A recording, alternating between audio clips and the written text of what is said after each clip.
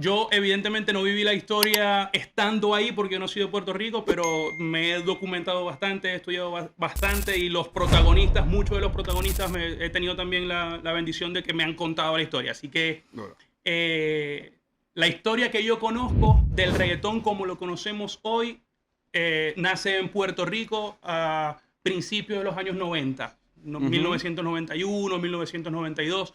Los boricuas sí, ellos, es cierto, tenían las influencias de lo que estaba pasando en Jamaica sobre todo y en Panamá, que eran estos ritmos medio de reggae que todos conocemos. Exacto. Y claro, eso se pega en las calles boricuas y los jóvenes de Puerto Rico empezaron a enamorarse de esa música. ¿Y qué pasa? Antes, en los 80, finales de los 80, los discos todavía eran acetatos.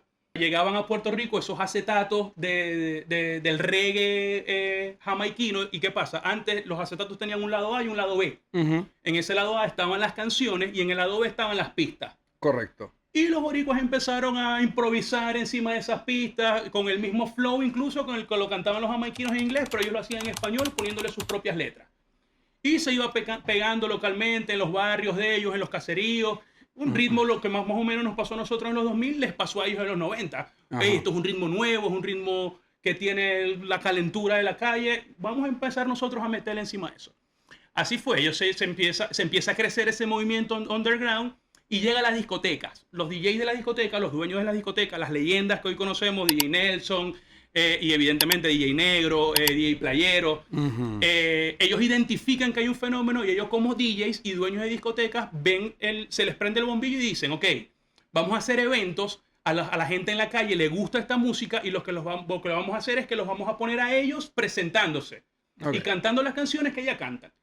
Fue así durante varias noches, las discotecas se llenaban, los artistas Baby Rasty Gringo, Wiso G, Michael Immanuel, las leyendas del underground, los pioneros, Ivy Queen, claro, Yankee, obviamente, Daddy Yankee, rompían en esas noches en esos conciertos y claro, se le ocurre la idea a uno de esos DJs de grabar una de esas presentaciones y grabó uno de esos shows en vivo. Quedó el cassette. Bueno, vamos a ver si esto está tan pegado, vamos a ver si esto funciona. Y empezó a regar el cassette en las calles, en los barrios de Puerto Rico. Y esa fue la bomba que terminó detonando todo, ¿no? Todavía no se llamaba reggaetón, en los 90 se llamaba underground, que era como los boricuas lo bautizaron, porque precisamente era eso, era música underground que no tenía absolutamente nada que ver con el mainstream y con la radio, ni cerca de eso. No, nada.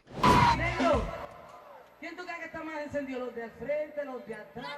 Esto está lleno, esto está lleno. Y claro, ahí nacen todos esos legendarios compilados que todos conocemos, ¿no? Playero, los CDs de Playero, los CDs de Dinois, los CDs de La Industria, los CDs de DJ Joe, que son discos de varios artistas, porque claro, la gente se le olvida también que en los 90, en ese crecimiento del reggaetón, los que capitaneaban la nave no eran los artistas como ahora. Eran los productores, porque ellos eran los que tenían el poder de grabar, tenían un estudio para grabar una canción, para poder sacarla a la calle. Y eso fue lo que hicieron, y fue creciendo el movimiento. Luego Dinois y los discos de Playero se fueron regando ya por partes de Latinoamérica. En Venezuela llegó mucho, en Panamá llegó mucho también, en Colombia, en varias partes, y el género fue expandiéndose de cierta manera.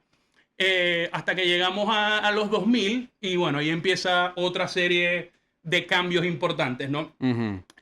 Aquí ya el reggaetón ya estaba instaurado en lo que es radio. En 1999, por lo que tengo entendido yo, recién fue tocado en la radio. Sí, ¿qué pasa? Que dentro de todo ese tema, como las líricas eran demasiado fuertes, demasiado callejeras. Exacto. El gobierno, el gobierno de Puerto Rico en ese momento, ante algo que jamás habían escuchado y que hablaba de sustancias, que hablaba de sexualizaba cosas, a la mujer. El tema de contra el abuso femenino, que es súper válido, obviamente, pero decidieron censurar el reggaetón en todos los sentidos. Entonces no había espacios para que ellos se presentaran si ellos mismos no organizaban los eventos en sus discotecas, ni pensar en radio, ni pensar en televisión, muy poco acceso a todo eso. Dentro de una de esas tantas, de esos tantos problemas, prohíben la música de reggaetón en las discotiendas, porque ellos, claro, en los 90 ya ellos empezaban a proyectarse y ya habían llegado a pequeños acuerdos con discotiendas locales para que pusieran sus cassettes a la venta.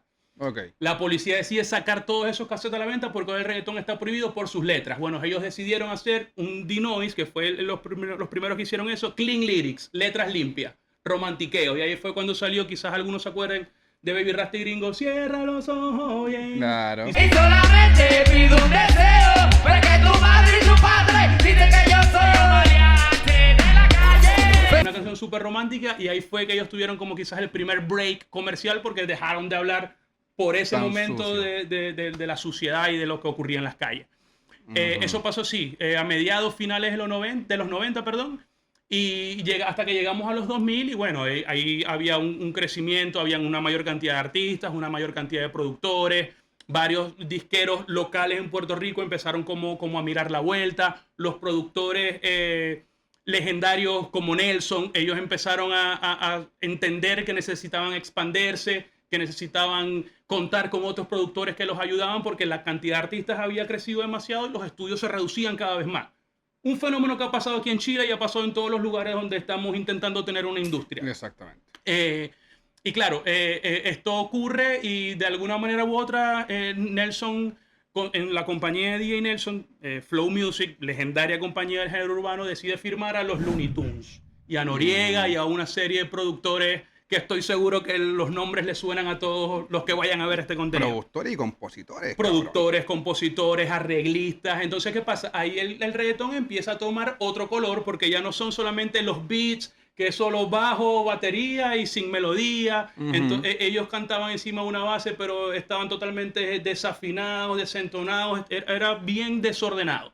Hasta que llegue esta gente que conoce de música, que conoce realmente cómo funciona la vuelta y en lo que combinan ese conocimiento musical teórico con lo que ya estaba pasando en la calle de Puerto Rico, es que empieza la era de los 2000, de la era de Looney Tunes y la era que yo considero que es la mejor y la más poderosa del género, que es la era dorada. Y ahí, bueno, empieza la expansión global, la comercialización, los discos más importantes de la historia nacieron en esa época, del 2000 al 2010, con muchos productores involucrados, pero bajo mi punto de vista, sin Looney Tunes y Noriega no hubiésemos llegado a ese punto y por consecuencia no hubiésemos llegado a la actualidad donde el reggaetón y la música urbana dominan el mercado latino y el mundial. Bad Bunny la semana que viene se va a montar en el Super Bowl. Entonces, claro. Yo creo que por ahí más o menos fue el timeline de por dónde fue el género. Y a mí me encanta esa época, la época de los 2000, la época de Don, de Yankee, de Wisin y Yandel, de Tego,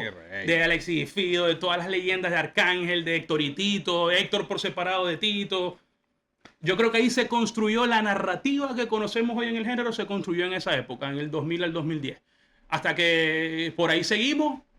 Vinieron otras generaciones también, vino la generación de Farruko, de Jay Álvarez, de Nueva York, que dieron muy duro aquí en Chile, de Ñengo Flow, que aquí en Chile Ñengo es una estrella aquí. Exacto. Y bueno, yo soy Real G for Life hasta la muerte. A mí me encanta la música de Ñengo. Y dentro de esos vaivenes llegamos al 2016 con el fenómeno del trap.